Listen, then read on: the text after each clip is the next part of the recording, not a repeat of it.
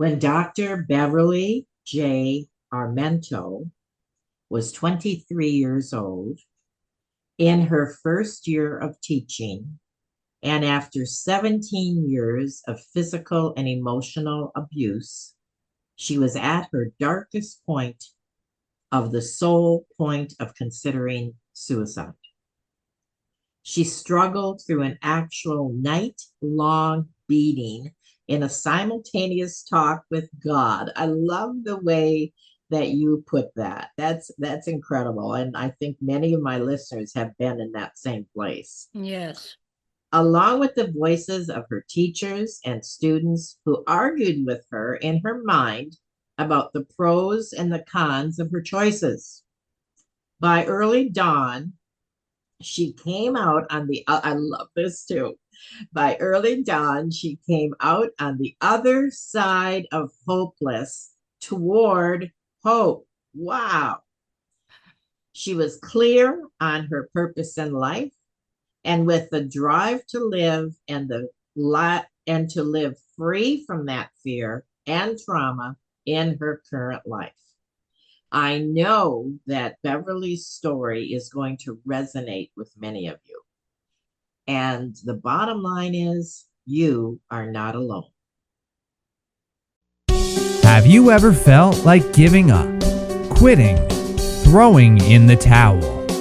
Welcome to Never Ever Give Up Hope featuring Carol Graham. She's an author, health coach, and motivational speaker.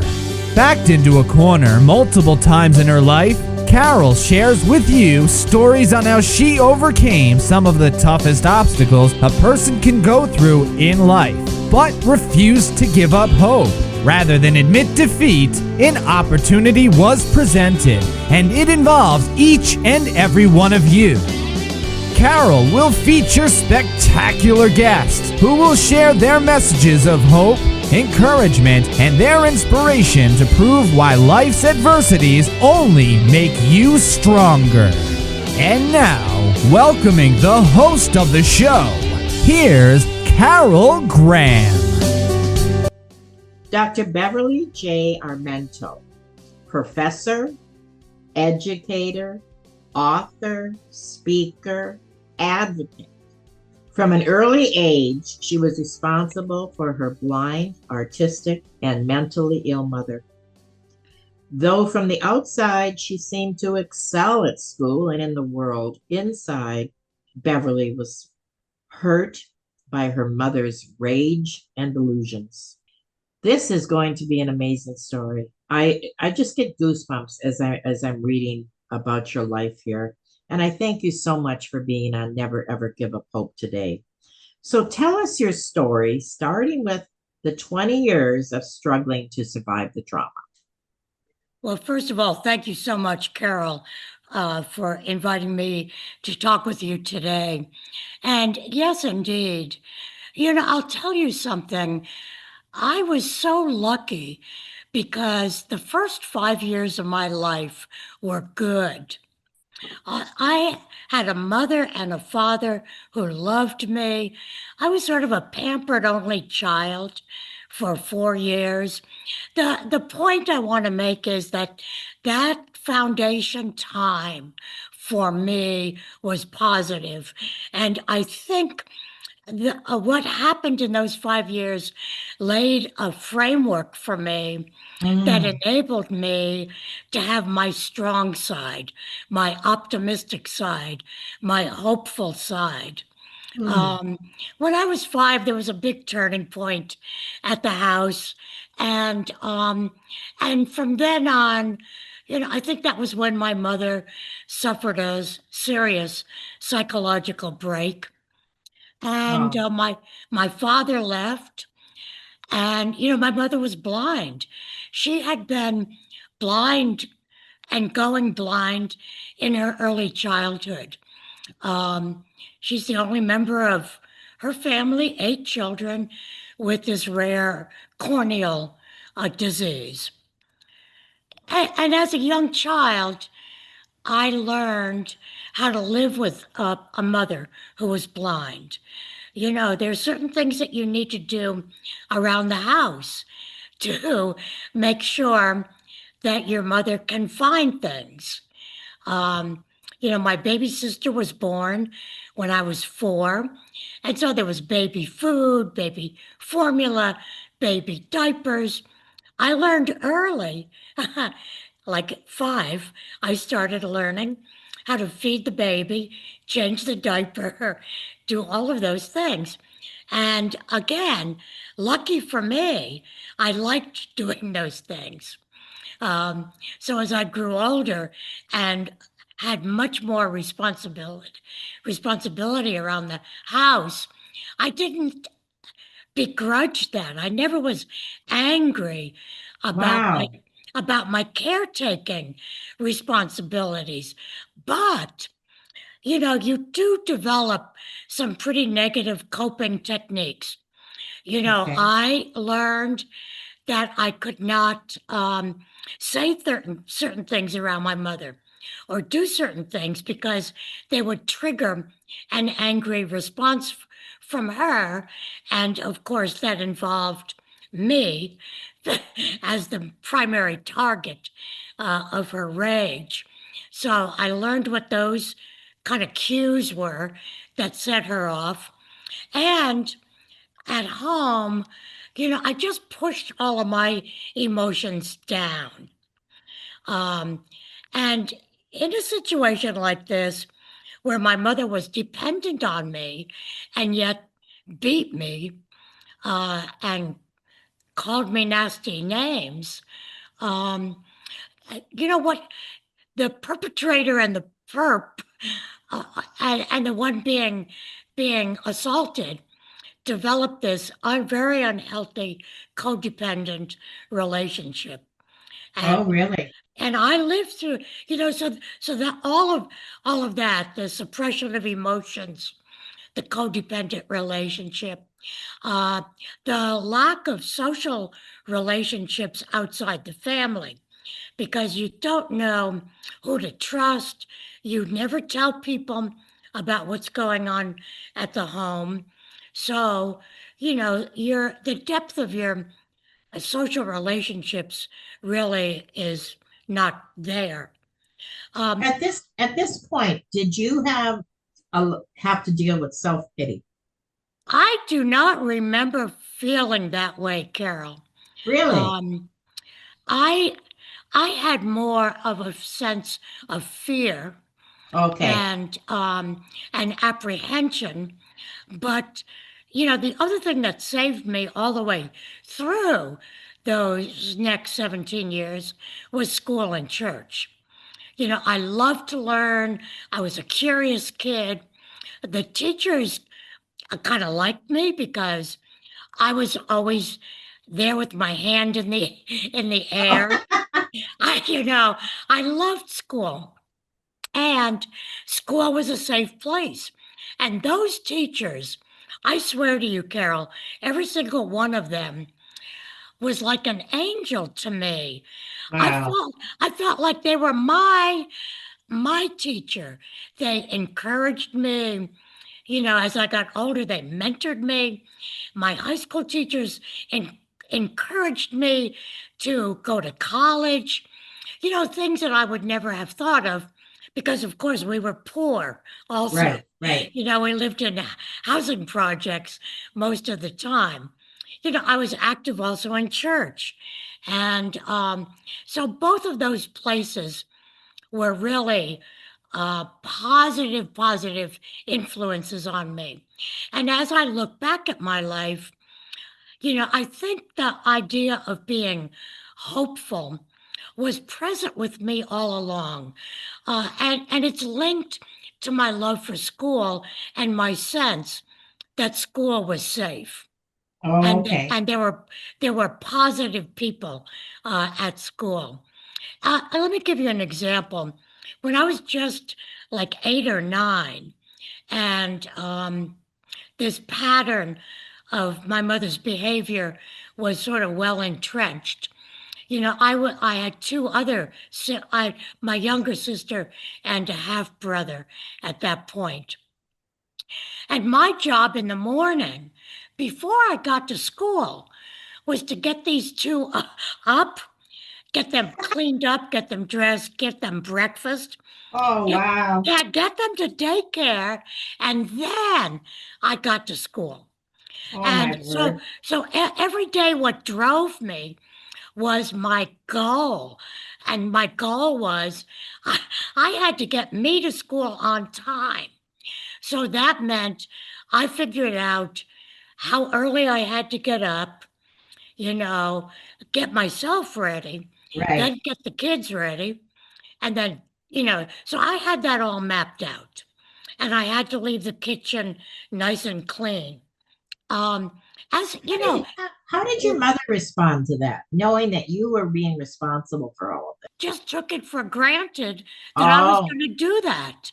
I okay. don't I don't know that she ever told me, but like I knew what the jobs were that had to be done, and I knew that they were my jobs. Huh. Um, I s- I do not remember how that all came to be assigned, but I was the oldest, and I was the most.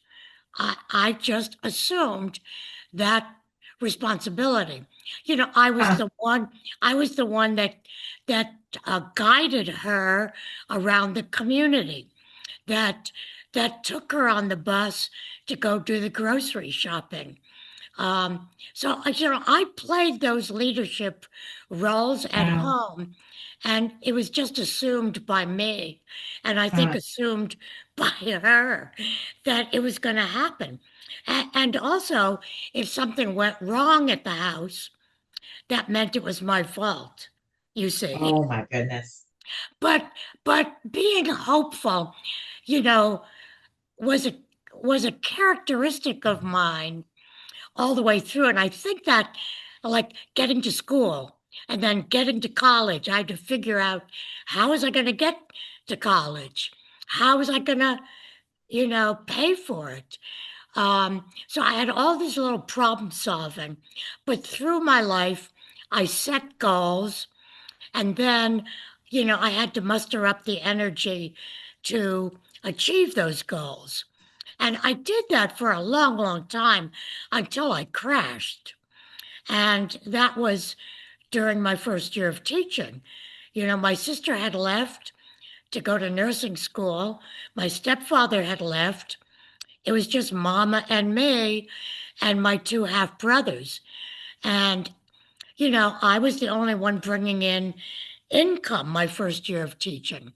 And again, I did not, I do not remember begrudging paying, the rent or buying things for the apartment. Again, I assumed that was my role. And my mother Really? assumed it too, of course. Um, and probably just took it for granted that that was going to happen and that I would stay there forever. And I felt so, this was, I think those 17 years built up to that dark night of the soul that you were just talking about. Right. I did consider suicide. I was broken, and yet every day I got up and went to school and I put on my happy teacher face. Nobody knew what was going on except for one or two of my very closest friends. And of course, my sister, who had lived through it also. But, I was trapped. I, my choices really were kill myself or stay there forever and do the same thing. Hmm. And I felt that I was sort of losing what was left of my identity. I certainly was losing my soul. And the idea that I would leave was never a viable idea. I just felt like I could not pull it off. But out of that night that I spent talking with God, talking with my angel teachers, talking back and forth with my students, all in my head, I had this giant meeting going on in my head while my mother was beating me that night.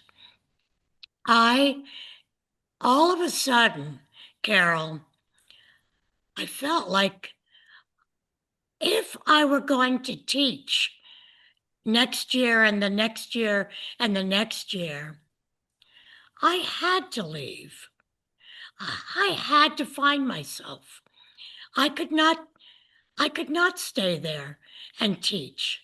I was so broken emotionally that finally I realized the only way for me to survive and to reclaim or claim my identity was to run away from home.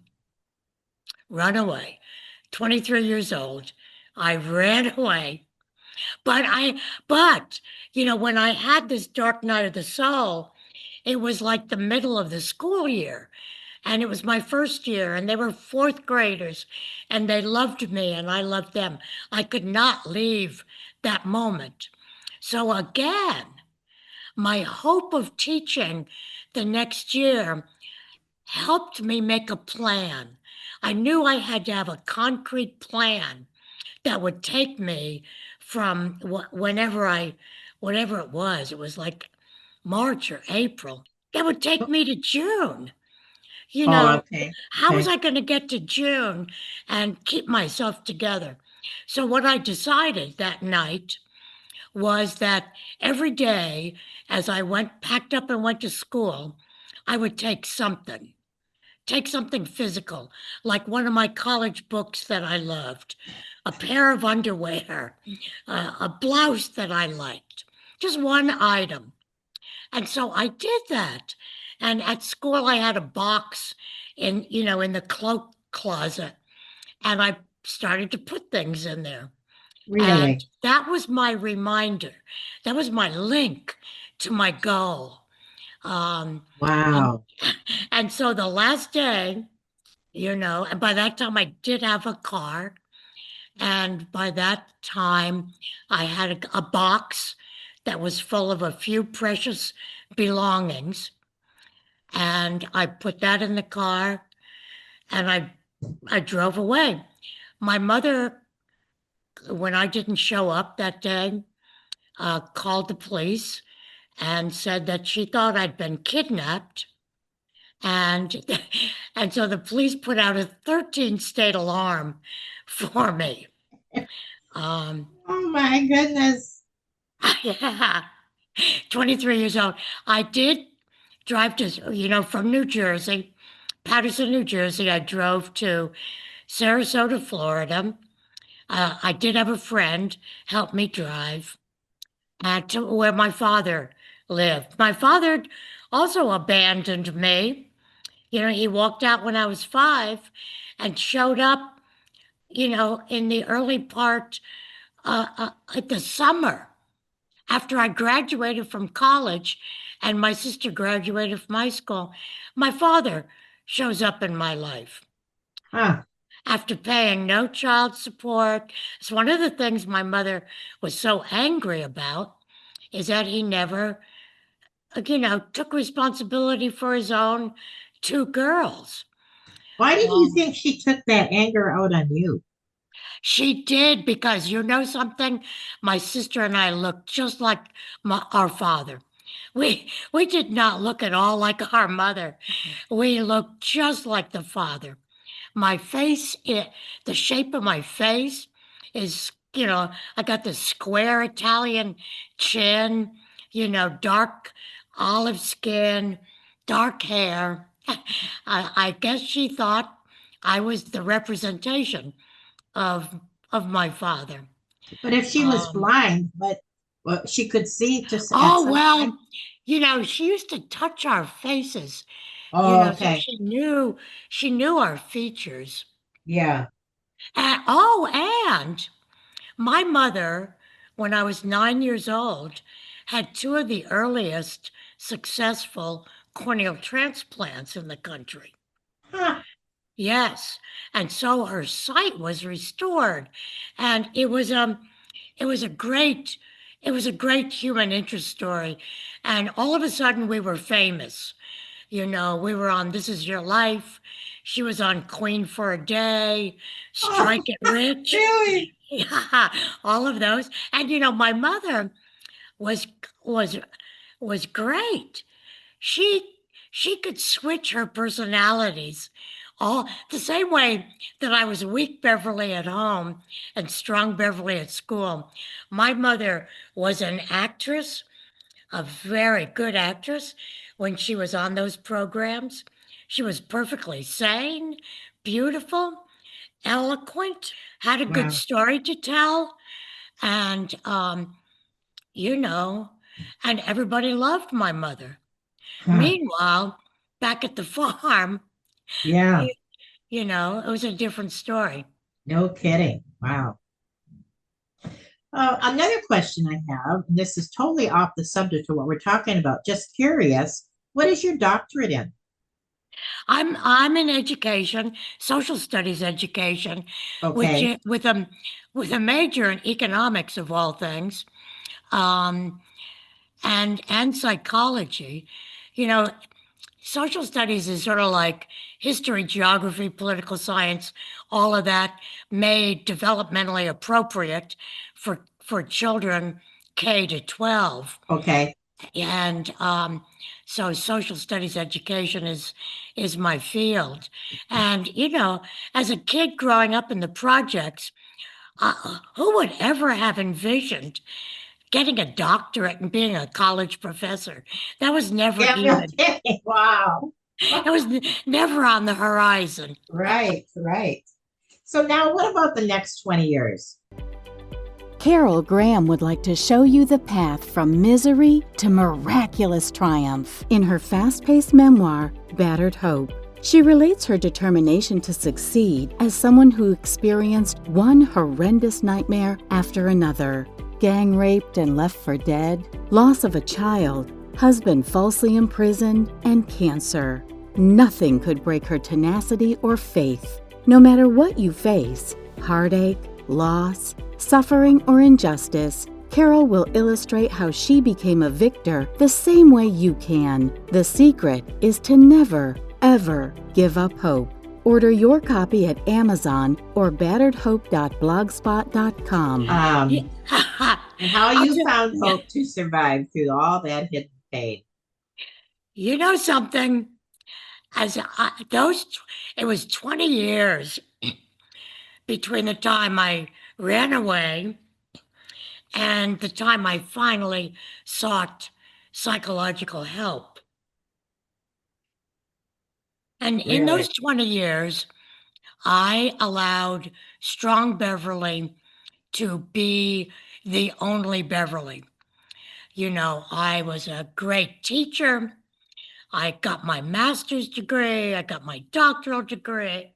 I even bought a house um, in a real cool neighborhood in Atlanta. You know, I was like flying. Everything was great. Meanwhile, all my old coping mechanisms were still with me. I paid no attention to my emotional, social development. I had awful relationships with men. I chose all the wrong men, and I subconsciously probably chose them because I did not really want to make any kind of commitment to people. I had an eating Huh. disorder that was dominating my life. I was doing all these awful things to myself. I had nightmares that my mother was going to come and kill me. I still had that fear of my mother. And I still had this oversized sense of responsibility for people in my life. Like I felt like I had to take care of my sister, take care of my brother, you know, take care of other people. Um, just very distorted. Although I never thought twice about any of that. I never thought in those 20 years, never once did I think, oh, you really need to get some help because you're an adult living with untreated trauma. I never characterized myself that way. But as I look back and as I learn some of the literature about childhood trauma, I think that's exactly what I was. I manifested all the signs, but the 20-year marker happens when my half brother finds me and calls me and tells me that mama has died. When I learned that mama has died, all of a sudden I lose it again. Really? That's when I cry. That's when I scream. That's when I say, oh my God, because it's sort of like, finally, I don't have to be afraid anymore. I Wow. mean, on one sense, it was a relief. On the other side, I realized I was a little sick myself, and maybe I could use some help.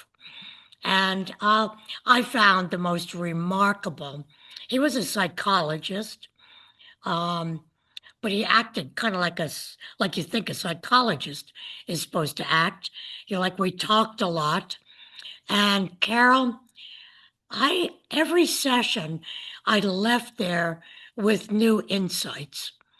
One of the first Amazing. things he said to me after I gave him the short version of the story, he said, well, where are your mother's remains?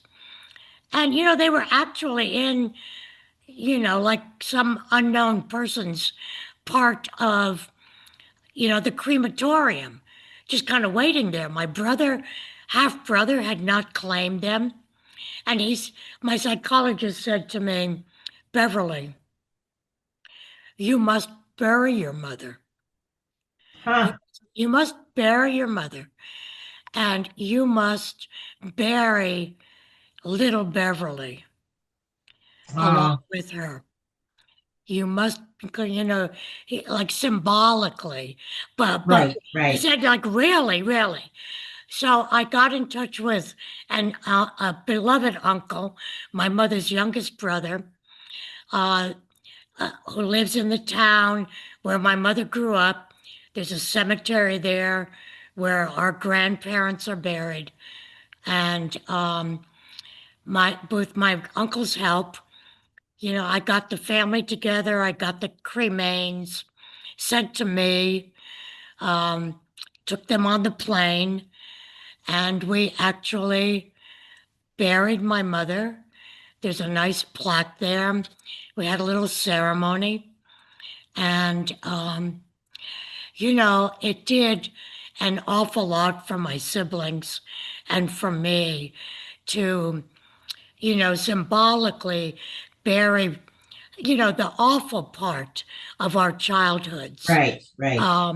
along with burying Mama's cremains. I am so intrigued by your story. And also the part that mostly has affected me and probably my audience as well is your tenacity.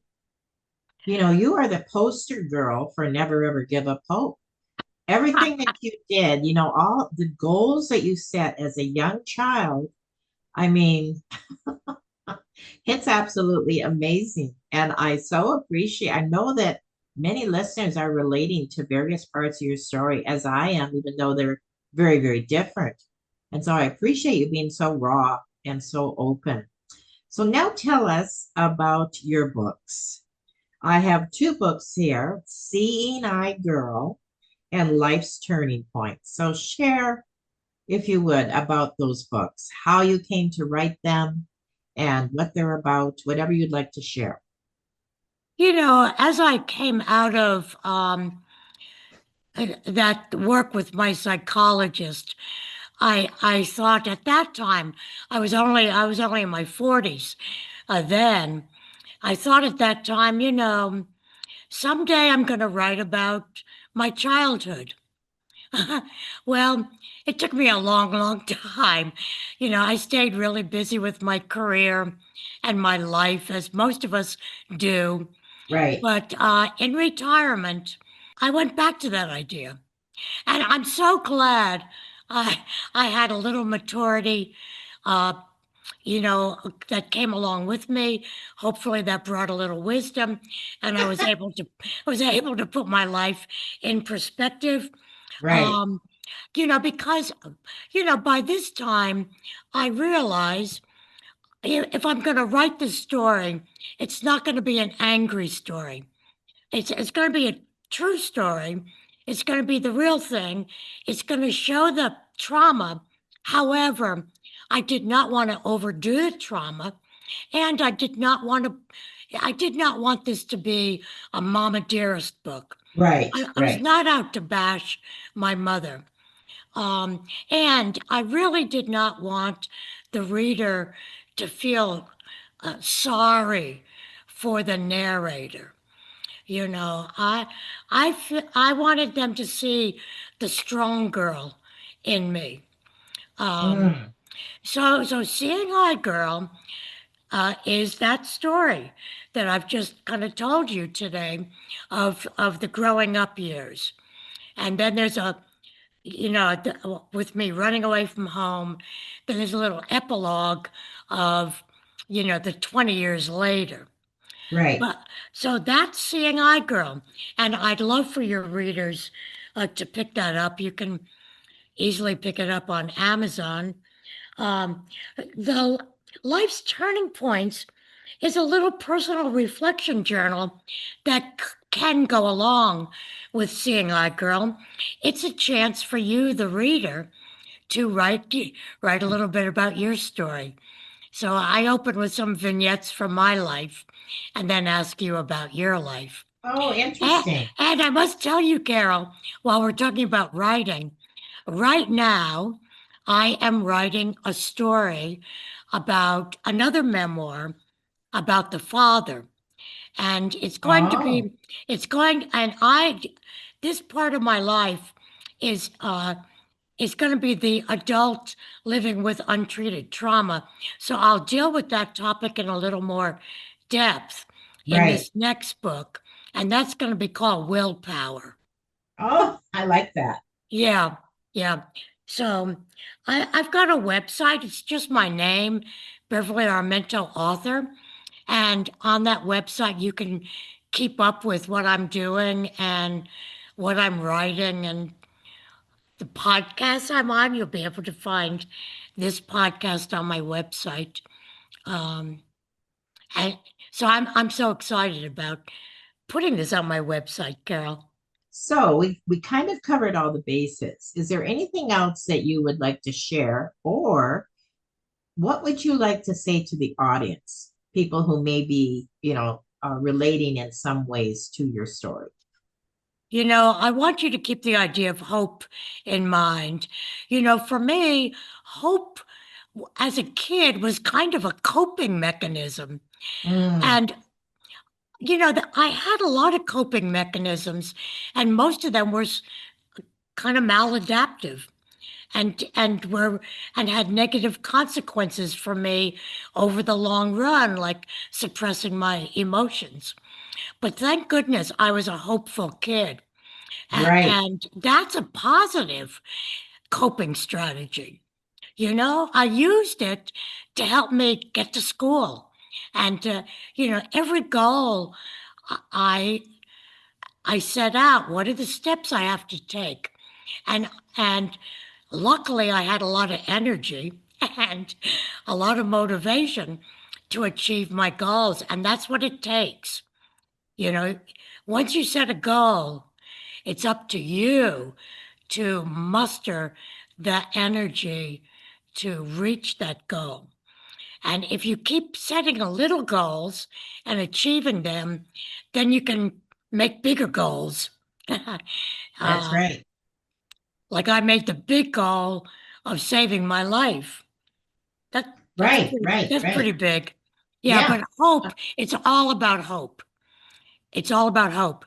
And hope drives resilience and persistence and fortitude. You know, if you don't have hope, there's no reason to be resilient. Hope drives resilience, Yes, fortitude, and what was the other one?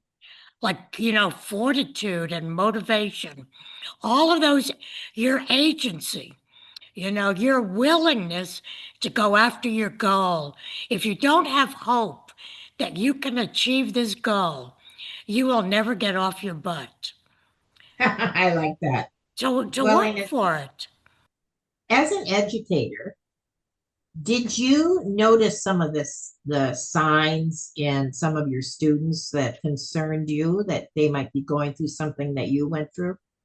Carol, I think so.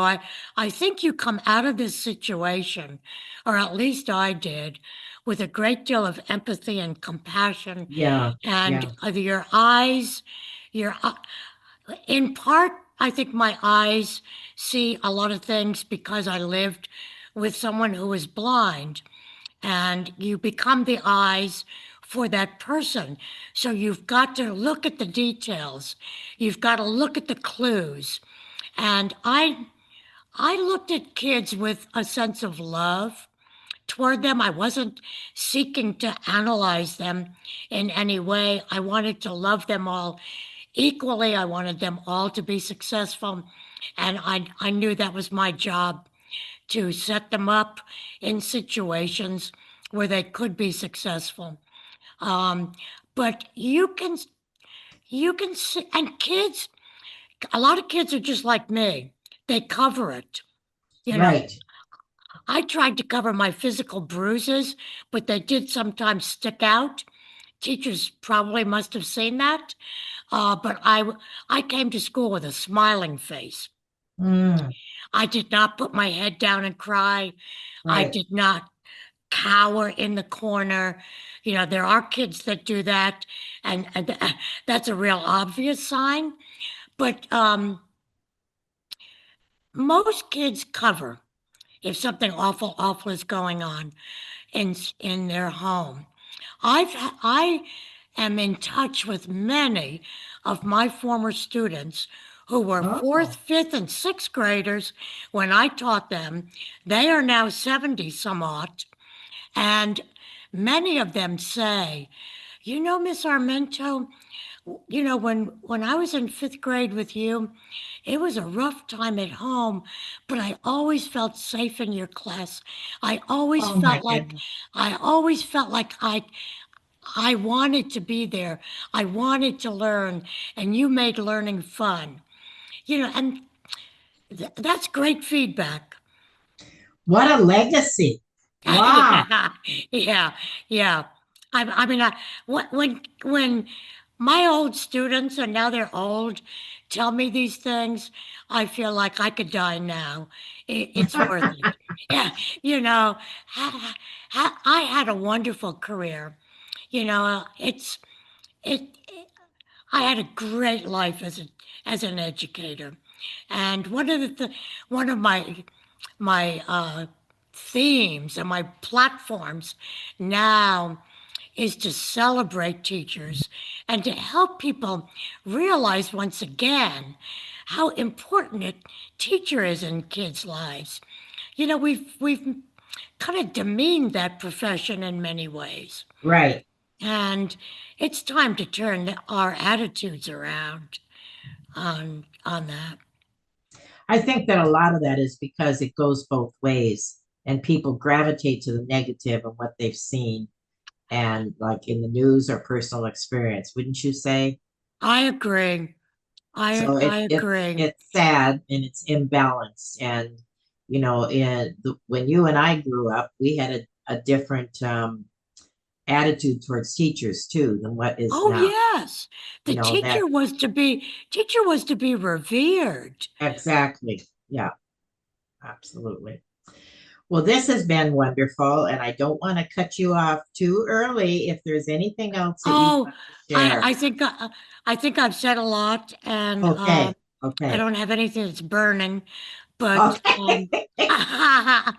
but I've so enjoyed our conversation, and I hope there's some kernel in there that people take away. There will be, and be a different one for different people. So Yes, absolutely. Again, I thank you, Dr. Beverly Armento, for being on. Never, ever give up hope. thank you so much, Carol. Thank you for listening to Never Ever Give Up Hope, featuring Carol Graham. Did you know that most people succeed because they are determined to? Quitting was never an option. Carol loves your comments and will respond to each one. So please subscribe and review this podcast. A rating of 5 stars would be outstanding and appreciated. Remember, if you are still here, there is always hope.